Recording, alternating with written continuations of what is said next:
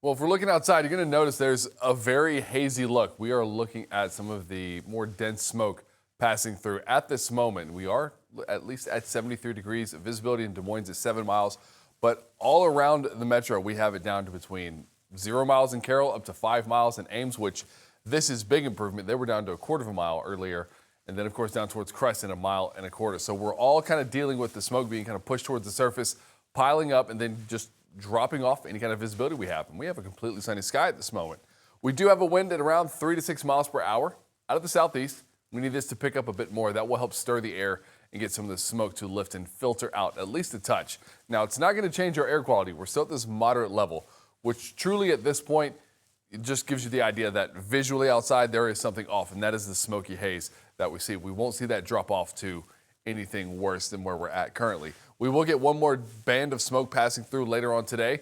Once our rainfall starts moving in, things will start clearing up. Now, what that's going to leave us with is anyone who sees roughly less than half an inch of rainfall, the raindrops are going to be essentially filled with like ash and smoke and particles and all of that. So it does leave a bit of a gray film on surfaces outside, especially noticeable on cars.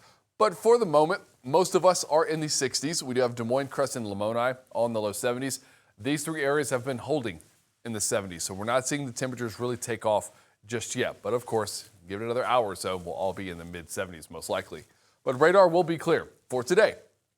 We won't see any rainfall. We will see clouds passing through later on this afternoon, but we are not looking at rain chances until we get to Thursday. And this is mostly Thursday into Friday. It does give us a chance for some excessive rainfall, giving us the risk of potential flash flooding issues. Just with how hot and dry we are, that heavier rainfall will be leading the way. So the ground doesn't have enough time to soak up any of the rainfall. Any kind of severe risk does stay mostly to the west of us, but it does include us on the far eastern edge of this marginal. I don't have many concerns for it, but the excessive rainfall could be an issue if we see that really play out. So for Thursday afternoon, once again, most of the rainfall staying off towards the west, kind of leading the way with this very weak round. But look at this extension down towards the southwest off to the northeast. That will be the leading edge of any kind of strong to severe weather for central Nebraska. Once that gets closer to us, it's overnight. We've lost all the daytime energy.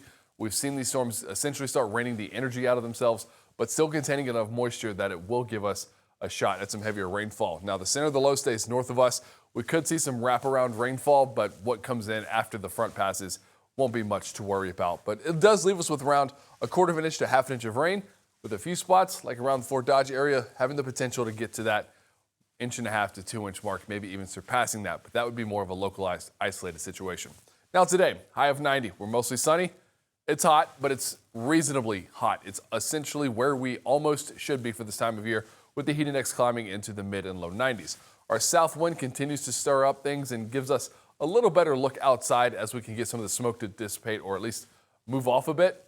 But once we get back into the weekend, through the rain chances, we're warming back up. So Friday's high of 80 is all due to cloud cover and rainfall, because after that, we're taking back off. We do see the front pass and north wind take over. That leaves us on a drier setting, which will allow us to cool down to the mid-60s, but still seeing those sizable jumps to the upper 80s and potentially low 90s for the start of next week. Now we see our overnights get warmer as the south wind takes back over. It doesn't take us to an aggressively hotter situation in terms of our heat index, but it does give us that typical seasonal heat that we always get once we start getting into the month of August.